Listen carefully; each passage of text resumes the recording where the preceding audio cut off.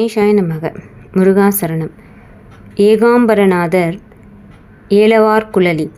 பார்வதி தேவி சிவபெருமானின் கண்களை மூடி அவரது தவத்தை விளையாட்டாக கலைத்தார். இதனால் உலகம் முழுவதும் இருளாக மாறியது மற்றும் உலகின் அனைத்து செயல்பாடுகளும் நின்றது.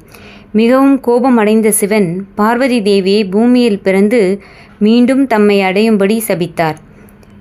வேகவதி ஆற்றின் அருகே உள்ள ஒரு பழமையான மாமரத்தடியில் மணலில் ஒரு லிங்கம் அமைத்து சிவபெருமானை நினைத்து பார்வதி தேவி கடும் தவம் செய்து கொண்டிருந்தாள்.